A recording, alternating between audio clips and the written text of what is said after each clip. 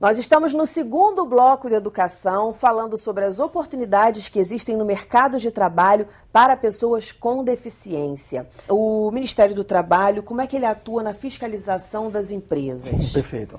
Bom, o Ministério do Trabalho, então, ele é o órgão fiscalizador, eminentemente responsável pela fiscalização das cotas de PCD, de pessoas com deficiência. Então, assim, eu vou falar como é que eu atuo.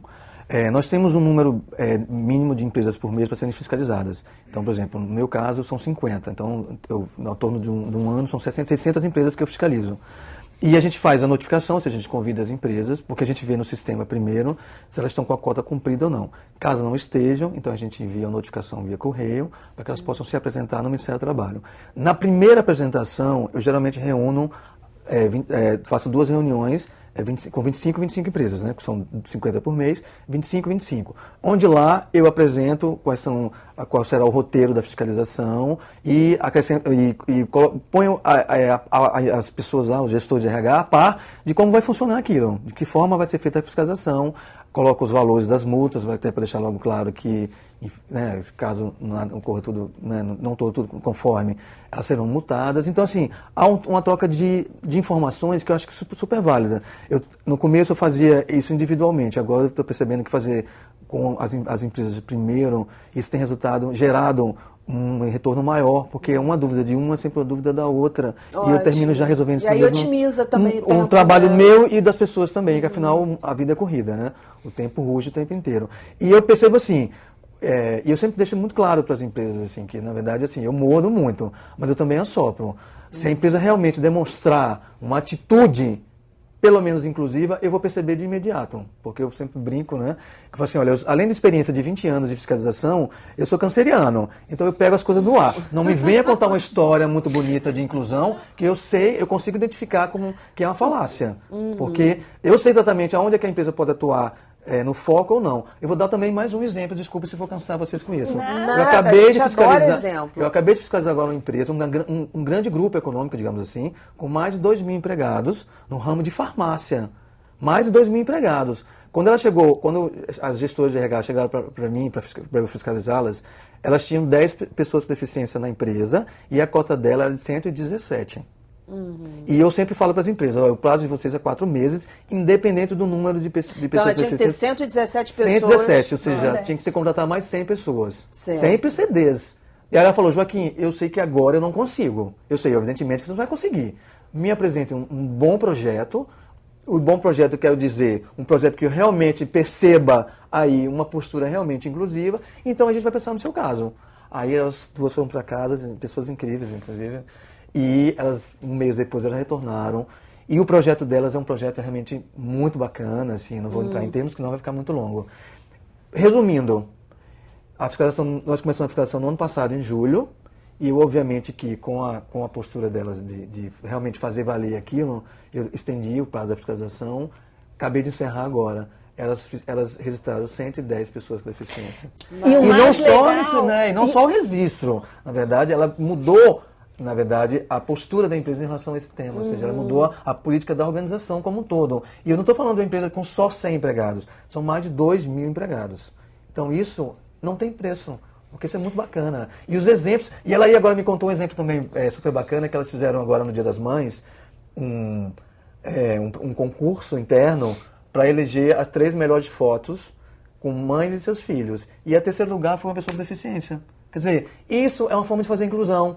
Com certeza. Indiretamente, não é uma forma, vamos só captar e colocar, não. Inclusão, existe várias facetas. Então a empresa tem que entender isso, entendeu? O que é verdadeiramente você incluir uma pessoa com deficiência dentro da sua organização. É a possibilidade, né? Já estou entrando em Joaquim, que eu conheço a história, realmente é empolgante. Porque a possibilidade de você transformar a cultura daquela empresa e transformá-la mais humana, né, mais inclusiva. Não é para incluir só a deficiência, mas você precisa incluir as diferenças todas. E aí o funcionário que não tem deficiência se sente muito mais recebido, né? Eu posso ir lá, exatamente, acolhido. O Joaquim fala uma coisa que eu vou tomar emprestado, mas estou dando autoria.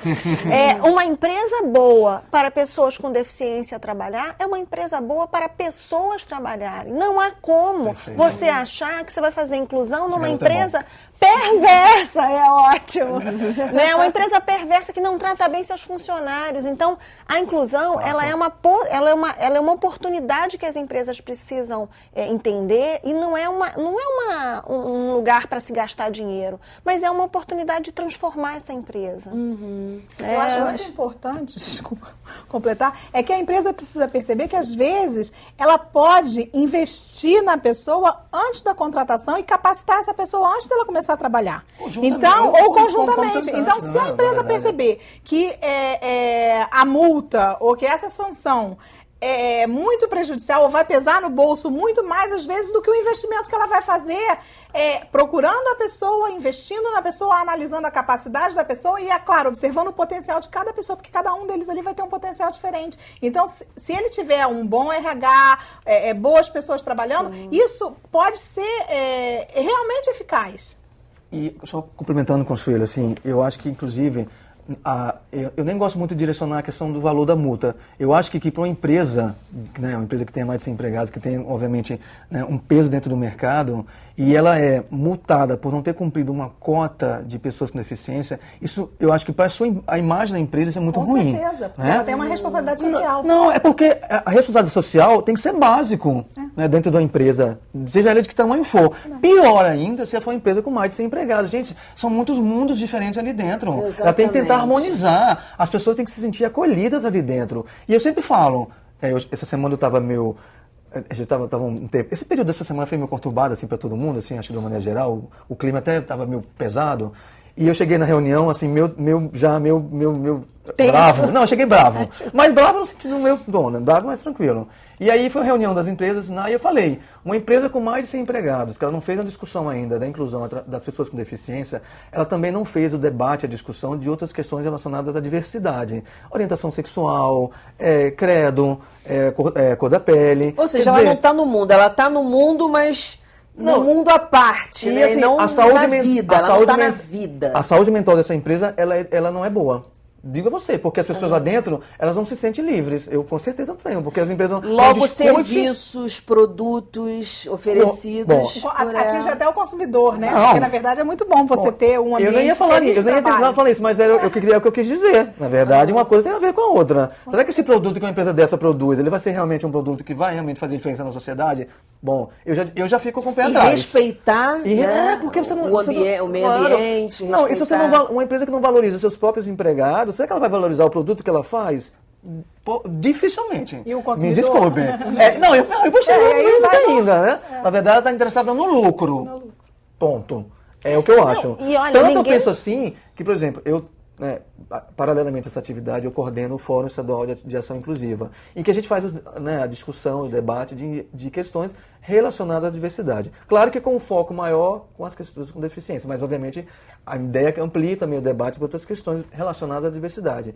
E a gente está implantando agora o nosso site, na verdade é o Facebook nosso, do Fórum, e a minha ideia é que tem um link lá em que eu vou colocar as empresas que têm uma postura inclusiva, que eu, obviamente, já analisei e percebi que elas têm mesmo. Que é uma forma de estimular. De valorizar o trabalho. Não vou queimar o filme de ninguém. Eu vou apenas valorizar quem realmente fez o trabalho, o dever de casa. O dever de casa. Na verdade, ali eu não estou fazendo caridade para ninguém. Na verdade, aquilo ali vai se tornar o ambiente da empresa melhor. Então, na verdade... É dever. É um dever. Gostei desse nome caridade. Você sabe que há 2 anos atrás teve um seminário da ONU chamado Direito ao Trabalho, especificamente para a questão de síndrome de Down. E aí lá estava o vice-presidente da Walgreens, que é uma rede de farmácias muito, muito famosa nos Estados Unidos, onde ele tem... Nos Estados Unidos não existe lei de cotas propriamente dita, existe um outro formato que você tem uma dedução no imposto, se por acaso você prova que você tem pessoas incluídas. Então,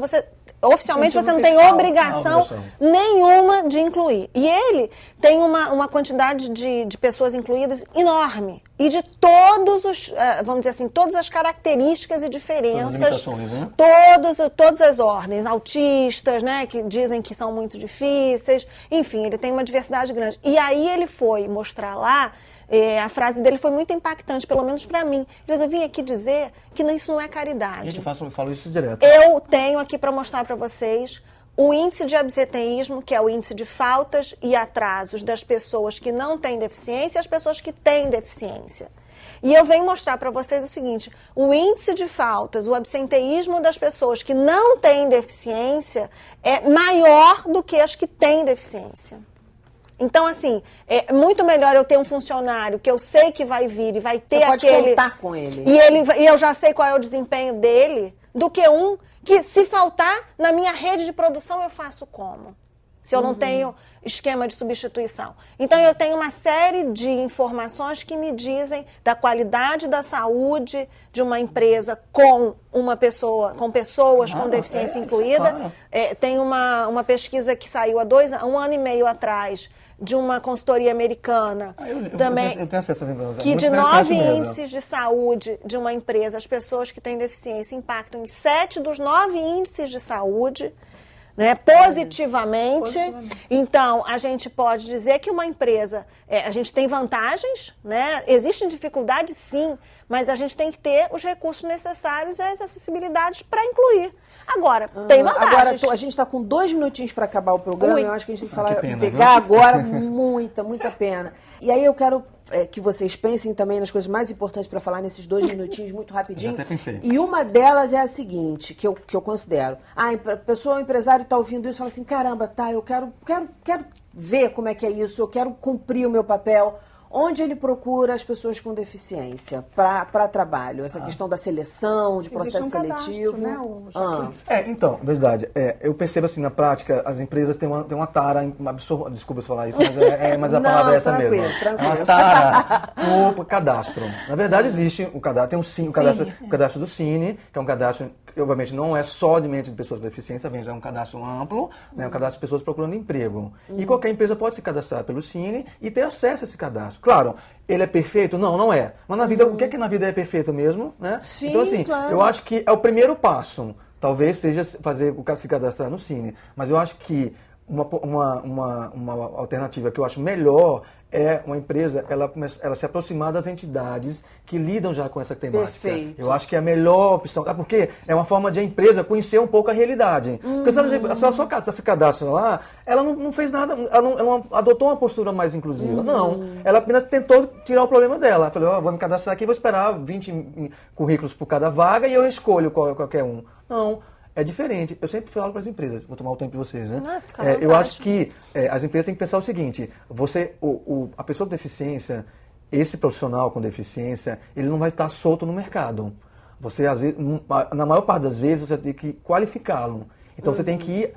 Você tem que ir atrás dele, entendeu? Você tem que fazer, às vezes, o caminho inverso. Às vezes, você tem que fazer o caminho inverso. É o treinamento, né? Gente, o tempo já acabou. Algum recado muito urgentíssimo? Não, para as empresas não tenham medo, né? Vamos se informar, vamos procurar, já tem curso aí de formação. Vamos investir. E vamos entender, assim, não tem mistério, né? Tem conhecimento. Eu acho que é esse o recado. A cada 2 meses, nós fazemos a reunião do fórum, do FEAI, que é o Fórum de Ação Estadual de Ação Inclusiva, onde a gente debate essas questões relacionadas à diversidade. Então, geralmente a cada 2 meses, vai ter em julho, setembro e dezembro. A gente está implantando o Facebook, né, no Facebook dele, então vocês vão digitar, então, se vocês quiserem pesquisar depois, as siglas FEAI, que aí vocês vão cair na página e lá vai ter o cronograma das reuniões, e aí vocês podem então trocar até informações com a gente, se for o caso. E aguardo vocês lá, obviamente, no dia do fórum, terão um prazer imenso. Ok, muito obrigada, parabéns, adorei conversar com vocês, ficaria aqui mais não sei quantas horas. A gente que agradece. Sucesso na luta. O nosso programa fica por aqui, se você quiser ver novamente, basta acessar o site www.alerj.rj.gov.br. Educação, se você não se envolver, não rola. E na próxima segunda-feira nós temos encontro marcado às 9 horas da noite. Eu te espero. Até lá.